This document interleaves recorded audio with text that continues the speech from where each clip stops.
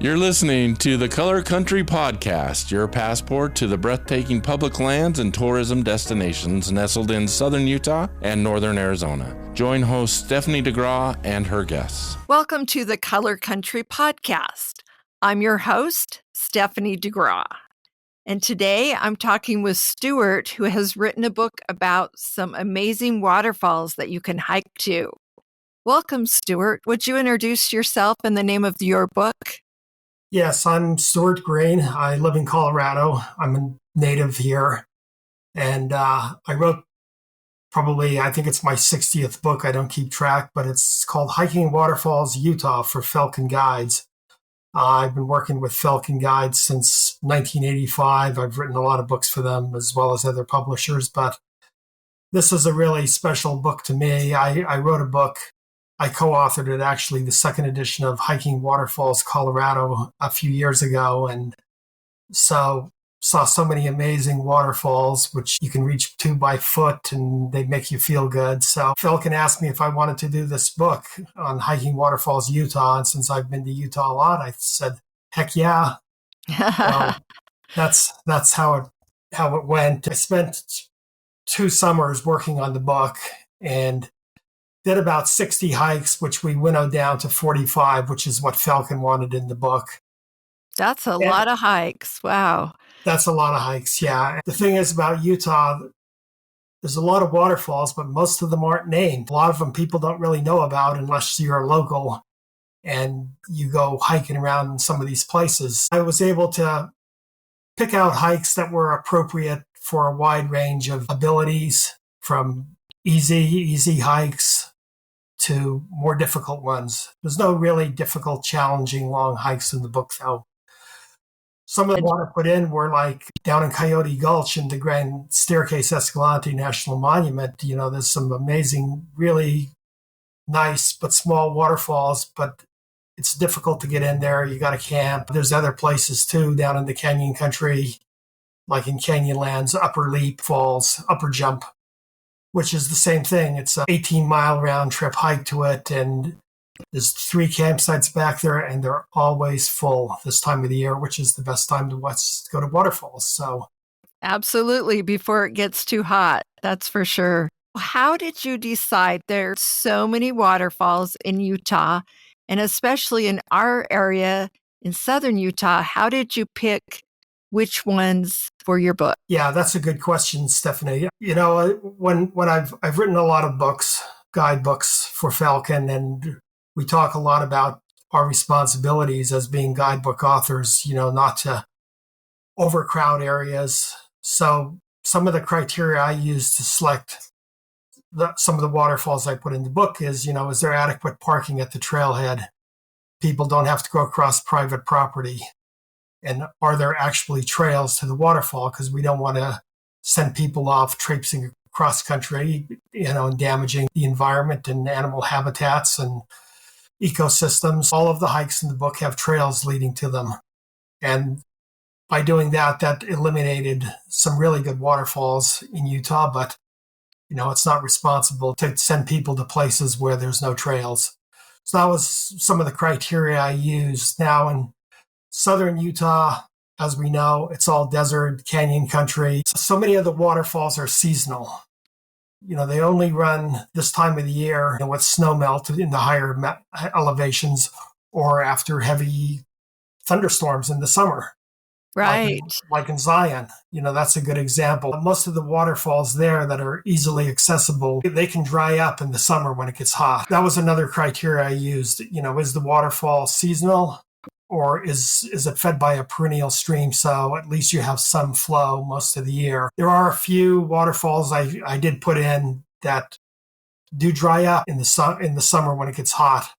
There's a really good one called Hidden Haven Falls up by Parowan, north of Cedar City. It's on some state wildlife land, and it's a short little hike to get to, but it does get pretty low flows in the summer. The creek drains off of Bryan Head. It can be really good, but it can also not be good. Another hike that I put in to a waterfall that does get low flow in the summer is Camp Creek Falls, which is just south of Canaraville, south of Cedar City. The waterfall, it's about 80 feet high, 70 feet high, plunges off a cliff edge. It dries up sometimes in the summer. The first time I went there a few years back, it was dry. Last summer, it was running. Even in August, there was water flowing in it. And it's easy to get to. So that I put that one in the book. But a lot of the other falls down around, for instance, St. George, I didn't put in the book, like the one at Gunlock State Park, because that's a seasonal flow, and a lot of times that thing is dry. Now, the last few years has been heavy rain, and it's flowed really, really great, but it's not much of a hike either. That was some of the criteria I picked. When you're attempting to hike these waterfalls, do you bring any special gear or shoes compared to a regular hike?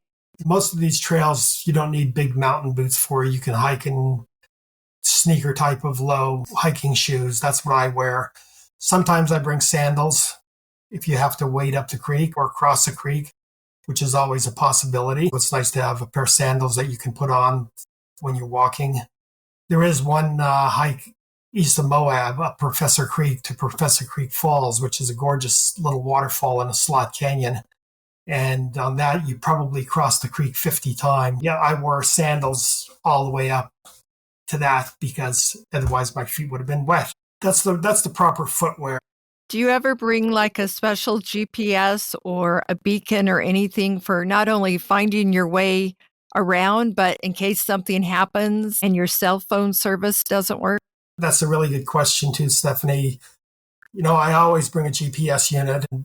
In my book, I have waypoints for all the critical junctions, the trailhead, and the waterfall. So you can plug those waypoints into your GPS unit so you can stay on course and find the waterfall. Also, it's important, bring a map and compass because sometimes your GPS unit, you might run out of power and you don't have extra batteries. So you can always take a bearing with a compass and a map and figure out where you are. That's right. A little old school map is a good idea. Yeah, map reading, it's one of the things every hiker who's serious needs to learn, how to use a map and compass, because while GPSs are fabulous modern tools that we use, they do have technological problems sometimes, like loss of battery power.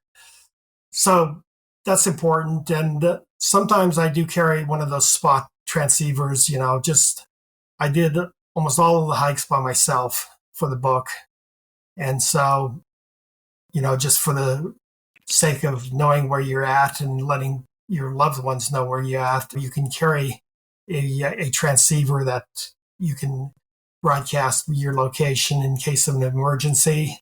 If you had an accident or got trapped by a flash flood or whatever might happen, that's an important thing to carry these days, and they work really good. You brought up another thing that I forgot about.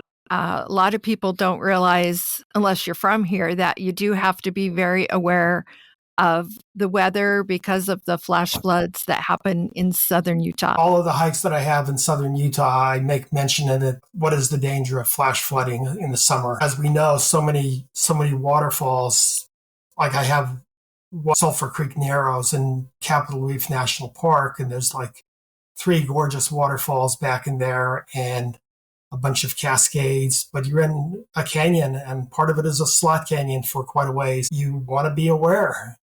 If you're going at 11, 12, 1 o'clock in the afternoon in the summer, that area drains a lot of terrain to the west in the high mountains up on the plateaus that are 10,000 feet high, and it can rain up there and it can be clear as a bluebird day down where you're at the canyon, and a flash flood can come down. So you always want to be aware of the possibility. Check with the weather. Like if you're in a national park, if you go in the visitor center, ask, what the weather forecast is for today. Do you advise taking this hike? Well, that's how you stay safe. And also when you're hiking in any kind of slot canyon or small canyon, you want to always be looking for exits. Where can I climb out if there was a flash flood? Where can I climb to safety? Can I get 50 feet above the the canyon floor. It's a serious thing, as we know, if you live down in the southern Utah. Definitely.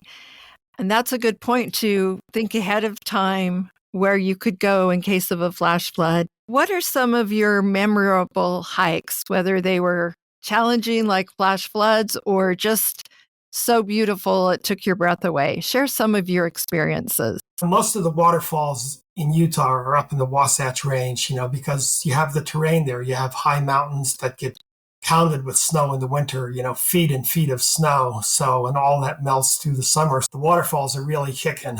By June, is major waterfall season up in the Wasatch.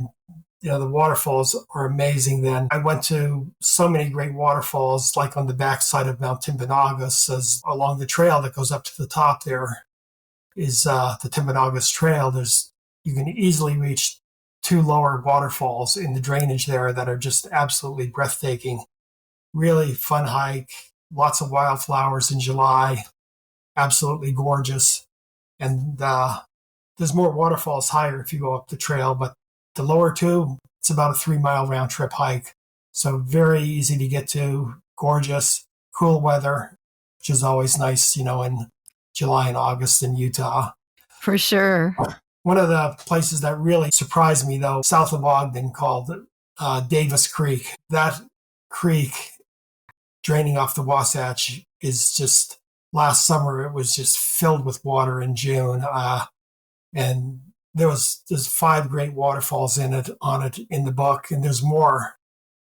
But I was just surprised at how beautiful some of those waterfalls were and how few people were up there, because it is kind of a stiff trail, a lot of elevation gain. It's a good trail, but you gain elevation to get to all the waterfalls.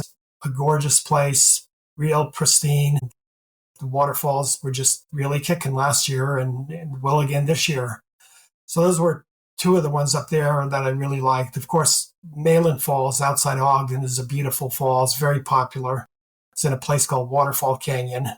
It's not that long of a hike to get to, but it's 310 feet high.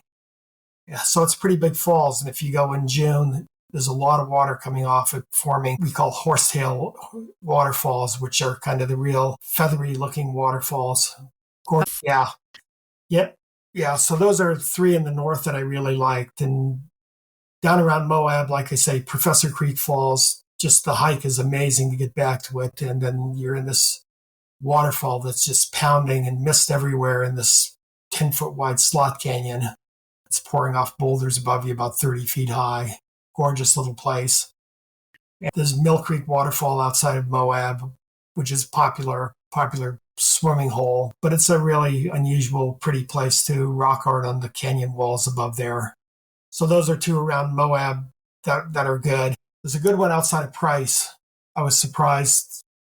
Gordon Creek Falls. There's Upper Gordon Creek Falls and Gordon Creek Falls. Again, not a real long hike. You're kind of hiking on a Jeep road to get back there. Really rough road.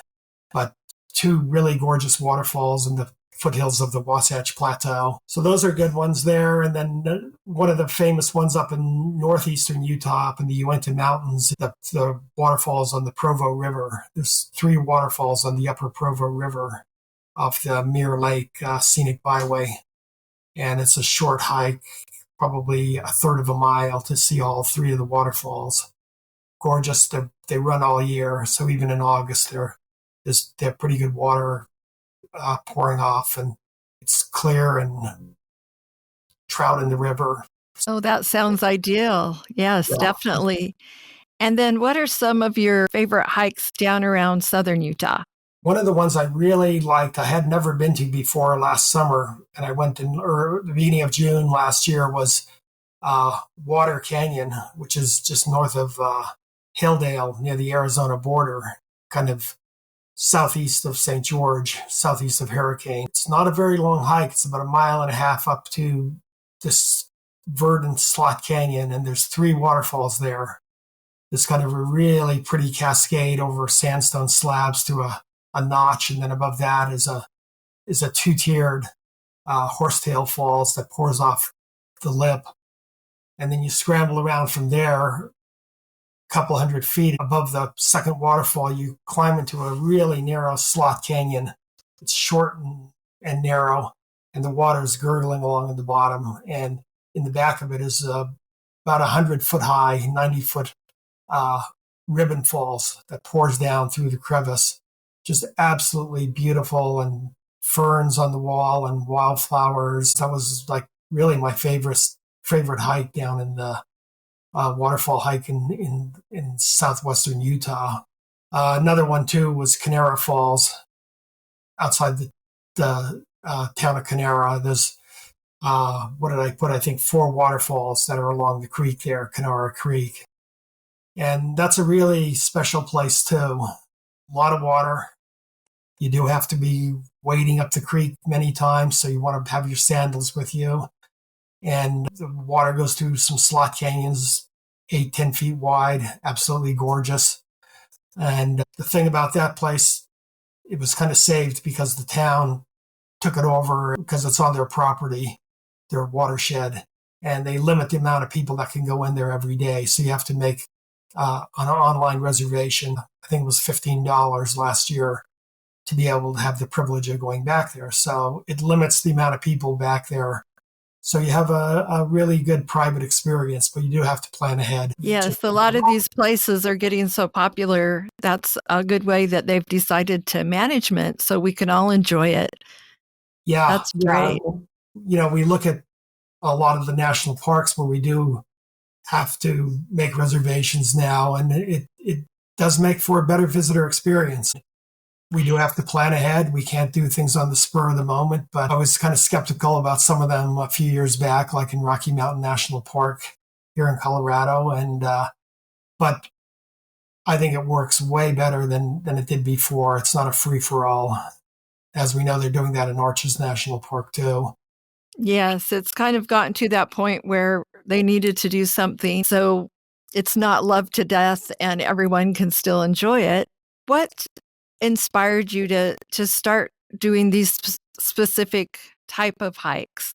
I grew up here in Colorado, right at the foot of Pikes Peak in Colorado Springs. I was born here, raised here, first climbed Pikes Peak when I was 10 years old, and hiked all over these mountains when I was a kid, climbing peaks and climbing 14,000-foot mountains. And then I became a rock climber when I was in high school. I've climbed all over the world and written climbing guides to Utah and Colorado and Arizona and New England. One to Europe, the 21 best places to climb in Europe. So those were sort of my motivations to write about these places. I was a journalist back and newspaper photographer and reporter back in the late 70s after I got out of college. I tell people I got tired of my work ending up in the bottom of a bird cage. So back when we had print. Yes, when we had print. So in 1986, I started working with Falcon Publishing. They were then in Helena, Montana.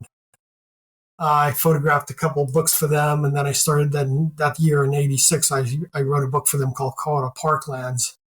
Wrote and photographed it, and since then, I've been working primarily with them, but also Globe Pequot Press, which they're affiliated with, and my own publishing company, Every Adventure Publishing. I kind of look at these books that I've written, and like I would say, I think on Amazon, I have like 70 plus titles listed on there. Of course, some are multiple editions. I always look at these as books of dreams. These are places that you can read about, plan, go and see, and dream about. Yes. Because there's so many wonderful places. When we write a guidebook, we also want to educate people about leaving no trace on the land, following the leave no trace ethic, and educating them about what you see and the animals that live there and the plants, and taking care of these really special places we have, like in Utah, in the Canyon Country and in the Wasatch. And that's been a lot of my motivation. These days, there's not a lot of places that haven't been discovered.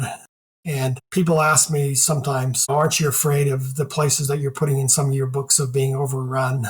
But all of these places you can Google on the internet and you can find tons of information and GPS coordinates and everything.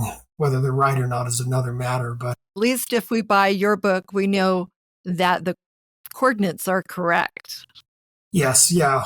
because I take my own GPS tracks, take coordinates at all the critical junctions, and then I use software to correct the track to make sure it's right. Because as we know, you have variance. Your track, especially when you're in these canyons, and that can be 50 or 100 feet off, and so you got to correct it by going on the satellite images and using software to correct the track. I'm always confident that all of that information is accurate in terms of the waypoints, so you're not going to get lost if you use them. That's good. And I do appreciate that you also remind people to respect the areas that they're going to. And do you have any other things you want to add to this, or maybe if you have some upcoming projects? One of the things that I emphasize in the book, and there's a section in the front of it, is on safety around waterfalls. We have to be very careful around waterfalls. I mean, they make us feel good because they have lots of negative ions, the falling water. It gives you a feeling of being exhilarated and happy to be outside and in nature. But waterfalls are really dangerous places because if you're at the top of a waterfall, you have slick rocks. You have water running over rocks all the time. They get very polished and slick. So it's really important not to be going up on the top of waterfalls and standing near the edge because it's easy to slip off. And likewise, keeping your children and pets under control at the top. Also, the bottoms of waterfalls can be dangerous because sometimes there's not that many in Utah, but sometimes you can have really deep plunge pools, and you get really strange currents moving around in those that could hold you under. There is a waterfall in Capitol Reef that was formed when they built the highway through the canyon past the visitor center. In the lower canyon, there was a waterfall there that back 40, 50 years ago when I first started going there, you could see this waterfall. It was a real nice horsetail falls over a 25-foot high cliff. And since that time, it's cut back and formed a slot canyon through the Fremont River. Has formed a slot canyon through that sandstone. And so you have a deep plunge pool at the bottom. And there was several fatalities a few years back. And the park actually has closed it to all visitation. You can see it from the highway, but you can't go down there. And they do patrol it. So because it's a really dangerous spot. So I always advise people to be very careful around waterfalls and especially crossing creeks. Now, last summer, at the beginning of June, I went out there for 3 weeks to do a bunch of the hikes, and there was so much water in some of those creeks, like in the Bells Canyon waterfalls above Sandy, Utah, which is a suburb of Salt Lake City. There was so much water coming off the 2 waterfalls there that especially the upper one, they were frightening. I mean, there was no way I would go to the top of either one of them because there was so much water just pounding out, and just standing at the bottom, was just a constant loud roar. So you have to be careful of the water in waterfalls. Yes, that's great advice. It's easy to forget when you're enjoying the scenery that you do have to watch out for those slick rocks. Yes. Well, I really appreciate you giving us some insights into this particular type of hiking, and I've enjoyed talking with you today. I've been talking with Stewart Green. I'm Stephanie DeGraw for the Color Country Podcast. You've been listening to the Color Country Podcast. Enjoy your public lands and remember to leave no trace.